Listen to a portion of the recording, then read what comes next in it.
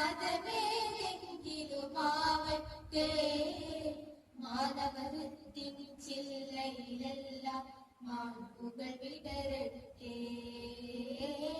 മനസ്സു നന്നാവട്ടെ, മനസ്സു നന്നാവട്ടെ, മനസ്സു നന്നാവട്ടെ.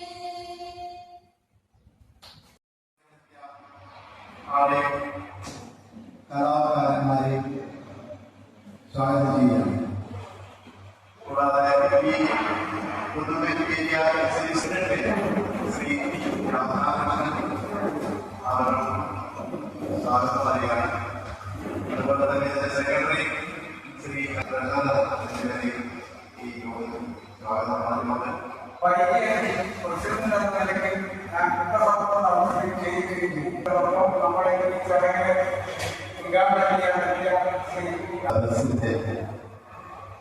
ഉദ്ഘാടനം അവിടെ യഥാർത്ഥത്തിൽ കഴിഞ്ഞിരിക്കുകയാണ്.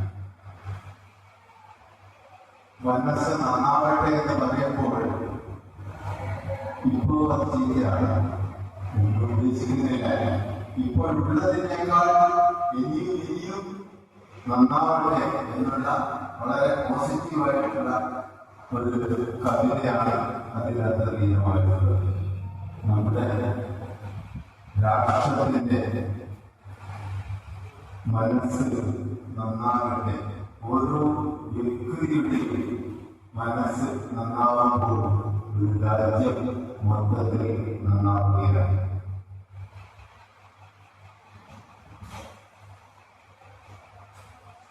ഒരു ചെറിയ ലേഖനത്തില് കുഞ്ഞുണ്ണി മാസ്റ്റർ ഒരു ഹാസ്യ ലേഖനമാണ് അതിങ്ങനെ പറയുന്നത്. നമ്മള് ഒന്ന് നന്നാവുന്നുണ്ടല്ലോ, നന്നാവുന്നുണ്ടെങ്കിൽ എന്താ ചെയ്യാ, ആകെപ്പാടെ ഉറപ്പായിരിക്കും. ഇപ്പൊ എന്താ ചെയ്യാ, മൂത്തയിടവും ഉളുത്തയിടവും തമ്മിൽ ദേശം കൊണ്ടാണ് സംഭാഷണമാണ്. പാടെ ഉറപ്പായിരിക്കും, ലോകം നാശായിരിക്കും. ഇപ്പൊ എന്താ ചെയ്യാ, കുട്ടികൾക്ക് രക്ഷിതാക്കളോട് ഭക്തിയില്ല, ഒന്നും അതിന്റെ വെള്ളത്തിൽ നടക്കില്ല. എന്താ ചെയ്യാ എന്നവർ ചോദിക്കുമ്പോ മറുപടി പറയാണ്, എന്താ ചെയ്യാം, നമ്മള് ആലോചിച്ച് അവസാനം ആ ലേഖനത്തിന്റെ അവസാനം നമുക്കൊരു കാര്യം ചെയ്യാം, അവനത നന്നാവുക. അതുകൊണ്ടല്ലോ അവനത ഓരോ വ്യക്തിയും നന്നാവുമ്പോഴാണ് ഒരു കുടുംബം നന്നാവുന്നത്. ഒരു കുടുംബം നന്നാവുമ്പോൾ ഓരോ കുടുംബവും നന്നാവുമ്പോൾ പ്രദേശം നന്നാവും, എല്ലാ പ്രദേശവും നന്നാവുമ്പോൾ ഒരു രാഷ്ട്രം നന്നാവുന്നു. എല്ലാ രാഷ്ട്രങ്ങളും നന്നാവുമ്പോൾ ഈ ലോകവും നന്നാവണം.